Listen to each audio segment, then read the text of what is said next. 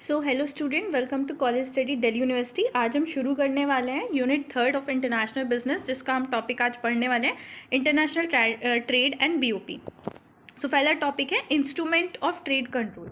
गौर आपको पता होना चाहिए कि ट्रेड जो है मतलब इंपोर्ट और एक्सपोर्ट जो हो रहा है उसके लिए गवर्नमेंट बहुत सारे मतलब तरीके यूज़ करती है उस ट्रेड को कंट्रोल करने के लिए।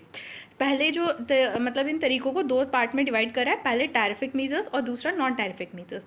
टैरिफिक मीजर्स जो होते हैं वो इम्पोज करे जाते हैं इंपोर्टेड गुड्स पे, और वो स्पेसिफिक भी होते हैं और एडवर्नॉल भी होते हैं, मतलब percentage to the value of goods. आपने कितने का गुड मंगाया है, जैसे 100 रुपये का गुड्स मंगाया है तो उस पर 10% मतलब 10 रुपये, और स्पेसिफिक मतलब होता है कि आप 100 का मंगाओ 50 का मंगाओ, फिक्स्ड लगा दिया है कि इतना ही आपको देना है।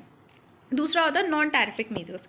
नॉन टैरिफिक मीजर्स में सबसे पहले आता है कोटास। कोटास में क्या होता है कि आप लिमिट जो है वो फिट करी जाती है कि कितने क्वांटिटी ऑफ गुड्स आप इंपोर्ट कर सकते हैं, एक्सपोर्ट कर सकते हैं एक स्पेसिफिक पीरियड ऑफ टाइम में।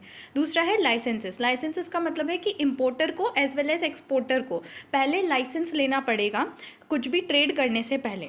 फिर आता है सब्सिडी। सब्सिडीज़ क्या होती है? एक फाइनेंशियल असिस्टेंट होती है जो गवर्नमेंट प्रोवाइड करती है लोकल बिजनेसेस को, ताकि इंटरनेशनल मार्केट में उनका जो प्रोडक्ट हो वो सस्ता हो जाए, चीपर हो जाए और मोर कॉम्पिटिटिव हो जाए। स्टैंडर्ड एंड रेगुलेशन, इसका मतलब है कि क्वालिटी, सेफ्टी और अदर करेक्टरिस्टिक ऑफ प्रोडक्ट के रिगार्डिंग कुछ स्टैंडर्ड सेट करे हैं, और जो भी गुड्स बाहर से आ रहा है उन्हें वो रूल्स, रेगुलेशन और वो स्टैंडर्ड्स जो है वो मीट करने पड़ेंगे। तो वो एक मतलब ऐसा होता है ना कि रिस्ट्रेंट की तरह काम करता है। दूसरा होता है voluntarily export restraint.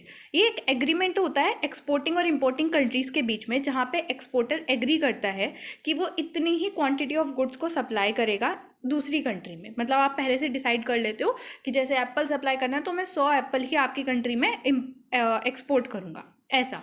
Then custom procedure. Custom procedure मतलब आपका जो पूरा एडमिनिस्ट्रेटिव प्रोसीडर है, आपको जाना है, फिर आपको चीज़ें करनी है, जो भी फॉर्मेलिटीज़ हैं इम्पोर्टर की या एक्सपोर्टर की, वो आपने बहुत ही कॉम्प्लिकेटेड कर दी हैं कि कोई उसमें बहुत टाइम लग जाए और जल्दी से वो चीज़ें कोई कर ना पाए, ताकि आप जो है एक्सपोर्ट को इम्पोर्ट को कम करना चाह रहे हो, मतलब ट्रेड को कम करना चाह रहे हो। Then anti dumping measures. Anti dumping क्या होता है कि आप जो है मतलब मैं किसी दूसरी कंट्री में अपना प्रोडक्ट जो है वो एक्सपोर्ट कर रही हूँ, और मैं जब एक्सपोर्ट कर रही हूँ तो मैं कॉस्ट ऑफ प्रोडक्शन से भी कम पे बेच रही हूँ, मतलब जितने में मैंने वो सामान बनाया है उतने उस वैल्यू से भी कम पर बेच रही हूँ, और इसे कहते हैं एंटी डंपिंग। क्योंकि वहाँ का जो सामान होगा उससे तो अब मेरा सस्ता ही होगा, क्योंकि मैंने कॉस्ट ऑफ प्रोडक्शन से भी कम कर दिया। तो एंटी डंपिंग मीजर्स मतलब measures or preventing a foreign manufacturer from selling a goods below the cost of production और below the home market price, या फिर जो होम मार्केट में प्राइस चल रहा है उससे कम पे बेचने पे। काउंटर विलिंग ड्यूटीज़ होती हैं एडिशनल टैरिफिक जो इम्पोज करी जाती हैं कॉन्ट्रैक्टर सब्सिडीज़। मतलब मैं अगर मेरी कंट्री में कोई और अपना सामान बेच रहा है और उसकी कंट्री में उसकी गवर्नमेंट उसे कोई सब्सिडीज़ प्रोवाइड कर रही है, तो उन पे ड्यूटी लगाना, उन सब्सिडीज़ पे जितना वो कर रही है उस हिसाब से ड्यूटीज़ लगाना, that is countervailing duties. Then export restraint. Restraints मतलब आप जो है एक्सपोर्ट टैक्सेस लगा रहे हो, बैंड लगा रहे हो, रिस्ट्रिक्ट कर रहे हो कि कितनी क्वांटिटी जो है वो एक्सपोर्ट होगी, मतलब आपकी कंट्री से दूसरी कंट्री में कितना सामान जा रहा है उस पर आप रिस्ट्रिक्शंस लगा रहे हो। इससे ये इसलिए करा जाता है ताकि जो प्राइस है वो कंट्रोल रहे, डोमेस्टिक सप्लाई कंट्रोल रहे। Then import prohibition, ban on a import of certain goods for a reason such as health, safety, security. इन रीजन्स की वजह से कुछ गुड्स पे आप बैन लगा देते हो, दैट इज़ प्रोहिबिशन। देन आता है बीओपी। देन टॉपिक है बीओपी एंड कंपोनेंट्स। बीओपी क्या होता है? बैलेंस ऑफ पेमेंट एक अकाउंट है जो समरी प्रोवाइड करता है जितने भी इकोनॉमिक ट्रांजेक्शन करे जाते हैं person from your country to outside the world. मतलब मैं इस कंट्री से बिलोंग करती हूँ, मैं जितने भी ट्रांजेक्शन ओवर द वर्ल्ड अपनी कंट्री से बाहर जितने भी ट्रांजेक्शन्स करूँगी उनकी समरी प्रिपेयर करी जाएगी बीओपी में। According to reserve bank of India, BOP एक स्टैटिकल स्टेटमेंट है जो सिस्टमैटिकली समराइज करता है एक स्पेसिफिक पीरियड ऑफ टाइम के लिए economic transaction of the economy, आपकी कंट्री की इकोनॉमी के, with the rest of the world. इसकी करेक्टरिस्टिक है कि ये समरी प्रोवाइड करता है मतलब दो साइड में आप इसे रिकॉर्ड करते हो। Double entry system of accounting के थ्रू ये रिकॉर्ड होता है। दूसरा इकोनॉमिक ट्रांजेक्शन्स को रिकॉर्ड करता है, मतलब जो समरी होती है वो इकोनॉमिक ट्रांजेक्शन्स की होती है with rest of the world. और इसमें क्या होता है, जो आप गुड्स बाहर भेज रहे हो, एक्सपोर्ट्स की, आप जो कैपिटल बाहर भेज रहे हो या कैपिटल बाहर से रिसीव कर रहे हो या इम्पोर्ट करा रहे हो गुड्स एंड सर्विसेज का, वो सब होता है, मतलब सारे इकोनॉमिक ट्रांजेक्शन होते हैं। Then country with the rest of the world, मतलब अगर आप अपनी ही कंट्री में अगर ट्रेड कर रहे हो, वो ट्रांजेक्शन इसमें रिकॉर्ड नहीं होते, सिर्फ वो ट्रांजेक्शन रिकॉर्ड होते हैं जो रेस्ट ऑफ द वर्ल्ड से आप कर रहे होते हो। Then flow statement, balance of payment in compilation of लोगो ऑफ इकोनॉमिक ट्रांजेक्शन। ये स्टेटमेंट किसी पर्टिकुलर डेट का नहीं होता, ये पूरे ऐसे साल का होता है, तो ये फ्लो स्टेटमेंट होता है। देन एक डेफिनेट टाइम पीरियड के लिए कवर करता है, बैलेंस ऑफ पेमेंट एक डेफिनेट टाइम पीरियड के लिए बनता है और यूजुअली 1 साल होता है, बट डिपेंड करता है कि गवर्नमेंट को कब ज़रूरत है, उस हिसाब से बन जाता है शॉर्टर पीरियड टाइम पीरियड के लिए भी। और लास्ट की डबल एंट्री सिस्टम पे बेस होता है। Each transaction result in debit entry and credit entry of equal account and therefore balance of payment must always be balance. आपको पता है कि अकाउंट्स में अगर आप डबल एंट्री सिस्टम यूज़ कर रहे हो तो आपके दोनों मतलब डेबिट और क्रेडिट दोनों साइड बैलेंस होने चाहिए। वहीं इसे पे यूज़ करा जा रहा है और कह रहा है कि और बोल रहे हैं कि बैलेंसिंग आइटम एरर और ओमिशन हम ऐड कर देते हैं अगर कभी बैलेंस नहीं हो रहा होता है तो। देन टॉपिक है सिग्निफिकेंस ऑफ बीओपी, मतलब बीओपी का क्या सिग्निफिकेंस है। पहला, इकोनॉमिक परफॉर्मेंस इंडिकेटर। बीओपी जो है वो डिटेल इन्फॉर्मेशन प्रोवाइड करता है कंट्री के ट्रेड बैलेंस की, कि कितना एक्सपोर्ट हो रहा है, कितना इम्पोर्ट हो रहा है, और हम बीओपी को एनालाइज करके मीज़र कर सकते हैं ओवरऑल हेल्थ जो है इकोनॉमी की। और ये हम पता लगा सकते हैं कि अगर ज़्यादा टाइम तक डेफिशिएट चला हुआ है तो इसका मतलब है कि कोई इकोनॉमिक प्रॉब्लम है, हम उसको करेक्ट कर सकते हैं। तो पूरा ओवरऑल इकोनॉमिक परफॉर्मेंस को ये बताता है। देन एक्सचेंज रेट की स्टेबिलिटी करता है। बीओपी सप्लाई और डिमांड जो है कंट्री की करेंसी, फॉरेन करेंसी मार्केट पे, उस पर अफेक्ट करता है।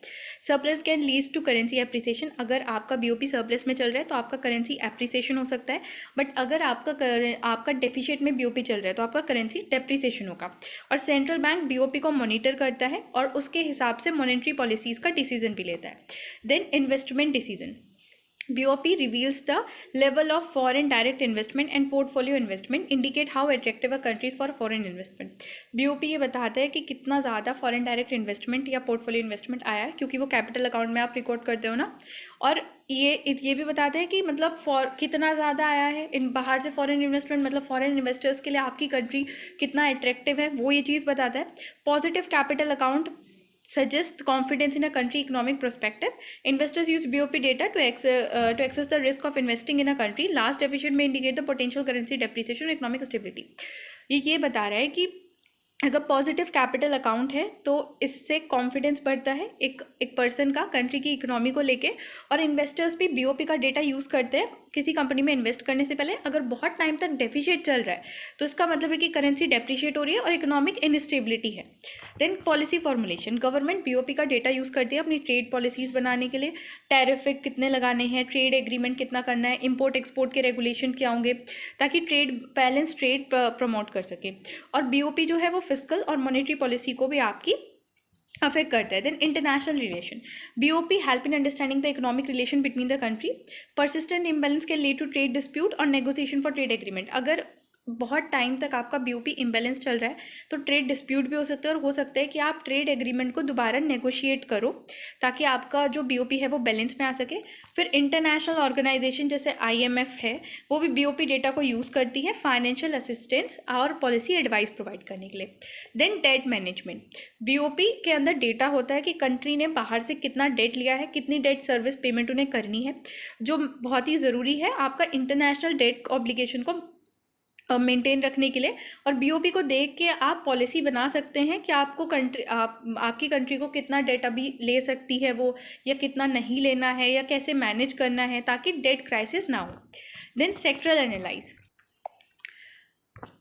बीओपी की हेल्प से आप जो है अपनी इकोनॉमी का स्ट्रक्चर भी समझ सकते हैं कि कितना सेक्टर आपका कितना कंट्रीब्यूट कर रहा है, मतलब कितने सेक्टर से कितना ज़्यादा एक्सपोर्ट हो रहा है और कितना कॉम्पिटिटिव है, कौन सा सेक्टर कितना ज़्यादा कॉम्पिटिटिव है। और आप उसके अकॉर्डिंग पॉलिसीज़ बना सकते हो कि आपको अगर लग रहा है कि कोई सेक्टर कम कॉम्पिटिटिव है तो हम उसी के अकॉर्डिंग पॉलिसीज़ अपनी बना सकते हो ताकि एक्सपोर्ट प्रमोट हो और उस सेक्टर की में अंदर भी एफिशिएंसी आए। Then crisis detection and management. अगर आप बीओपी को मॉनिटर करते हो, बीओपी के ट्रेंड को, तो आपको अर्ली वार्निंग मिल जाती है इकोनॉमिक क्राइसिस की। आपको पहले से पता चल जाता है कि हाँ इकोनॉमिक क्राइसिस होने वाला है, क्योंकि हमारा बीओपी बिल्कुल भी बैलेंस नहीं चल रहा है। करेंसी क्राइसिस हो सकते हैं, बैलेंस ऑफ पेमेंट क्राइसिस हो सकते हैं। तो टाइमली इन्वेस्टिगेट करके आप क्राइसिस का डिटेक्शन कर सकते हैं और फिर मैनेज भी कर सकते हैं। मतलब क्राइसिस आपको पता चलेगा क्राइसिस हो सकता है, आप उन्हें मैनेज भी कर सकते हो। देन आता है component of balance of payment. Balance of payment को आप क्लासिफाइड करते हो current account, capital account, unilateral payment account and official reserve account. Current account के अंदर ट्रांजेक्शन आता है जो इंक्रीज करता है कंट्रीज की नेशनल इनकम। इसके अंदर दो मेजर तरह के ट्रांजेक्शन्स आते हैं, इंडिविजुअल्स ट्रांजेक्शन और विजुअल्स ट्रांजेक्शन। इंडिविजुअल्स ट्रांजेक्शन जो होता है वो सर्विस का होता है, सर्विस का इम्पोर्ट एक्सपोर्ट, और विजुअल्स में आता है आपका गुड्स का import and export. Merchandise export और sale of the goods abroad are credit entry because these create monetary claim on foreigners. On other hand merchandise imports और purchase of goods from abroad is debit entry. अगर आप export कर रहे हो तो आप credit entry करोगे, अगर आप इम्पोर्ट कर रहे हो तो आप डेबिट एंट्री करोगे, क्योंकि फॉरेन एक्सचेंज आपका बाहर जा रहा है। इनविजुअल एक्सपोर्ट क्या होता है, सेल्स ऑफ सर्विस होता है। इसमें भी सेम होता है कि अगर आप क्रेडिट एंट्री कर रहे हो मतलब आप एक्सपोर्ट कर रहे हो, अगर आप डेबिट एंट्री कर रहे हो मतलब आप इम्पोर्ट कर रहे हो। करेंट अकाउंट बैलेंस आपको डिफरेंस बताता है inflow and outflow, value of goods and services, income और गिफ्ट। मतलब इनकी वैल्यू में कितना बाहर गया कितना अंदर आया, इस बात का आपका डिफरेंस बताता है। और अगर इनफ्लो ज़्यादा है आउटफ्लो से तो आपका करेंट अकाउंट जो है वो पॉजिटिव होता है और सरप्लस होता है। पॉजिटिव कह लो या सरप्लस कह लो। और अगर आपका जो आउटफ्लो है वो ज़्यादा है और इनफ्लो कम है तो इसका मतलब है कि डेफिसिट है या नेगेटिव है। कैपिटल अकाउंट को हम 3 पार्ट में डिवाइड करते हैं, private capital, banking capital, official capital. Private capital के कैपिटल होता है short term capital and long term capital transaction. Short term मतलब जिसका मेच्योरिटी पीरियड लगभग 1 साल का हो, लॉन्ग टर्म मतलब जिसका मेच्योरिटी पीरियड 1 साल से ज़्यादा हो। लॉन्ग टर्म कैपिटल में आपका फॉरेन डायरेक्ट और इनडायरेक्ट इन्वेस्टमेंट आता है, लॉन्ग टर्म लोन्स आते हैं, फॉरेन करेंसी डिपॉजिट आता है। बैंकिंग कैपिटल का मतलब होता है external financial asset and liability of commercial bank and cooperative bank which are authorized to deal in foreign exchange। मतलब कमर्शियल बैंक या कोऑपरेटिव बैंक की एक्सटर्नल फाइनेंशियल एसेट जिन्हें ऑथराइज्ड है कि वो फॉरेन एक्सचेंज में डील कर सकती हैं।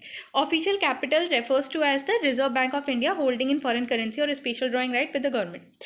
ऑफिशियल कैपिटल जो होता है ना वो एक अकाउंट होता है जिसमें रिजर्व बैंक जो है कुछ फॉरेन एक्सचेंज को अपने पास रखता है और स्पेशल ड्रॉइंग राइट को अपने पास रखता है गवर्नमेंट के ऑथराइजेशन से। और inflow of capital from abroad are treated as credit item, कि अगर बाहर से पैसा आ रहा है तो वो क्रेडिट आइटम ट्रीट होता है और बाहर जा रहा है तो वो डेबिट आइटम होता है। बैलेंस ऑफ पेमेंट में अगर कुछ भी चेंज होता है ना तो वो कंट्री की इकोनॉमिक हेल्थ और फ्यूचर स्टेबिलिटी के बारे में काफ़ी हमें इन्फॉर्मेशन प्रोवाइड करती है। Capital account indicate weather a country is importing और एक्सपोर्टिंग कैपिटल। अब क्योंकि कैपिटल अकाउंट है तो ये कैपिटल के बारे में इन्फॉर्मेशन देता है कि क्या हम एक्सपोर्ट कर रहे हैं या इंपोर्ट कर रहे हैं कैपिटल को। अगर बहुत ज़्यादा चेंज आ रहा है कैपिटल अकाउंट में तो ये बताता है कि कितना ज़्यादा हमारी कंट्री अट्रैक्टिव है फॉरेन इन्वेस्टर्स के लिए, और इसका एक्सचेंज रेट पे भी फ़र्क पड़ता है। अब चेंज जो है इसका मतलब है कि अगर कैपिटल अकाउंट में क्रेडिट एंट्री हुई है मतलब बाहर से कैपिटल आ रही है।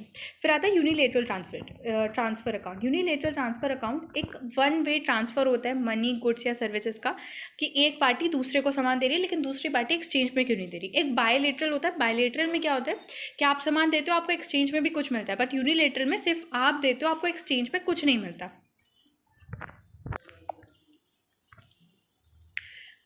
Official reserve account. Official reserve account क्या होता है कि ये गवर्नमेंट जो फॉरेन एक्सचेंज रिजर्व होल्ड करके रखती है या फिर गवर्नमेंट के बिहाफ पे कोई एजेंसी होल्ड करके रखती है। इंडिया में आरबीआई जो है वो गवर्नमेंट के बिहाफ पे फॉरेन एक्सचेंज रिजर्व को होल्ड करके रखती है, और बीओपी में अगर कुछ भी डिसबैलेंस होता है तो इसको ये बैलेंस करने के लिए ये ट्रांजेक्शन करती है, ठीक है। और this type of account keep track of transaction related to international reserve and central bank asset data transfer among the nation to settle either a balance of payment और डेफिसिट। मतलब वही चीज़ मैंने बताई कि इस पे हम ये जो है ये जो अकाउंट है इसके ट्रैक से ये पता चलता है कि बीओपी कब कब इम्बैलेंस हुआ और सेंट्रल बैंक ने कितना कितना रिजर्व जो है कितने कितने ट्रांजेक्शन करें बीओपी को बैलेंस करने के लिए, डेफिसिट या सरप्लस जो भी चीज़ें होंगी। और नेशन बेस पे बहुत ज़्यादा ध्यान रखते हैं क्योंकि इसकी हेल्प से आप इकोनॉमिक हेल्थ जो है इकोनॉमी ग्लोबल इकोनॉमी की वो मेजर कर सकते हो। कितना आउटफ्लो हो रहा है रिजर्व एसेट का वो आप देख सकते हो। अगर बहुत ज़्यादा आउटफ्लो हो रहा है फॉरेन एक्सचेंज का तो मतलब आपका जो एक्सपोर्टिंग गुड्स है वो कॉम्पिटिटिव नहीं है, या फिर आप जो रिलेटिवली वीक चल रहे हो, आपकी इकोनॉमिक कंडीशन इंटरनेशनल में उतनी अच्छी नहीं चल रही है, ये वो सब बताता है।